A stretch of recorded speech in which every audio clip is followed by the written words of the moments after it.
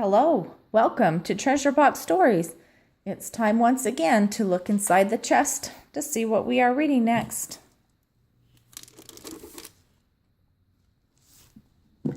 Flat Stanley and the Lost Treasure.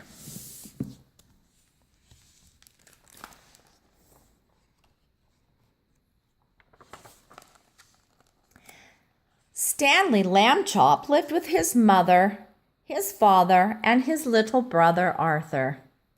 Stanley was 4 feet tall, about a foot wide, and half an inch thick.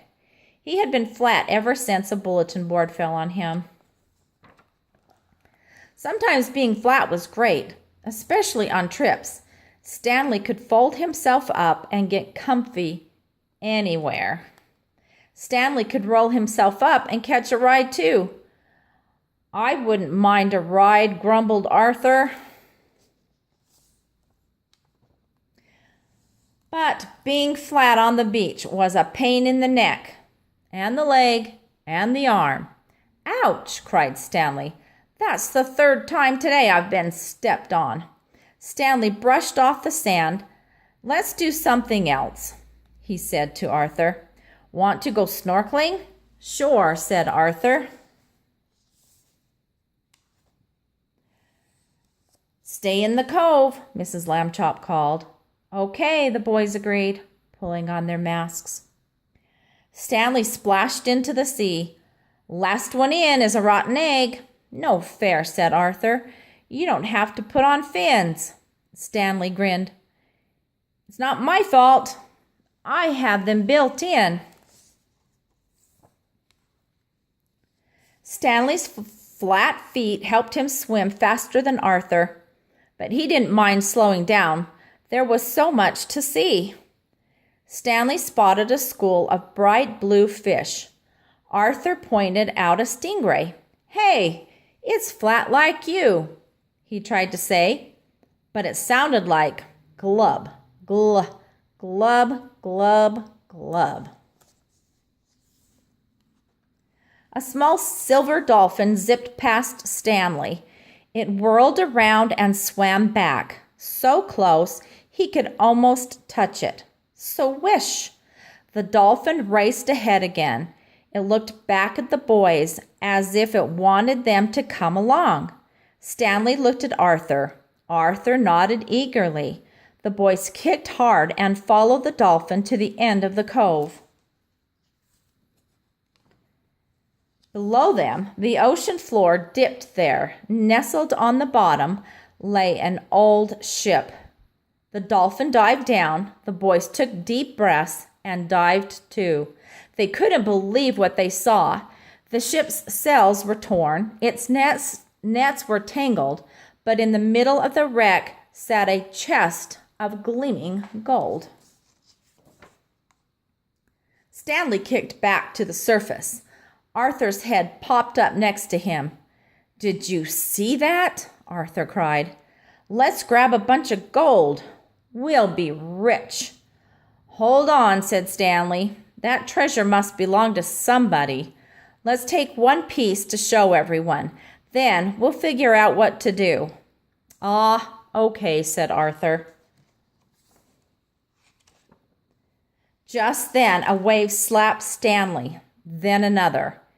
"It's getting choppy," he said. "I think it's going to storm." "Wait here, Arthur. I'll hurry and get the gold." Stanley dived to the ship again. He picked up a gold bar. It was the size of a candy bar, but much heavier. He slid it into the pocket of his trunks. Stanley was about to head back up when he saw the dolphin. Its tail was caught in an old fishing net on the ship. "I've got to help," thought Stanley, "before we both run out of breath." Quickly, Stanley rolled himself up. He tried to slide through a hole in the net, but something got stuck. The gold bar. Stanley yanked it out of his pocket and tossed it away. Now Stanley fit easily into the net. He used his flat fingers to pry the rope off the dolphin's tail. The little dolphin was free.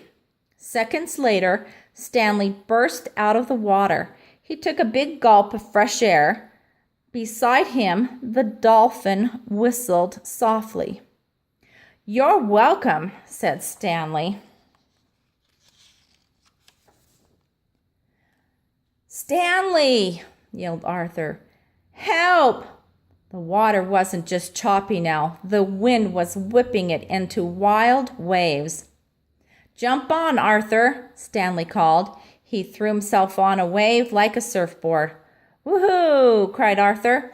The boys rode the waves all the way to shore.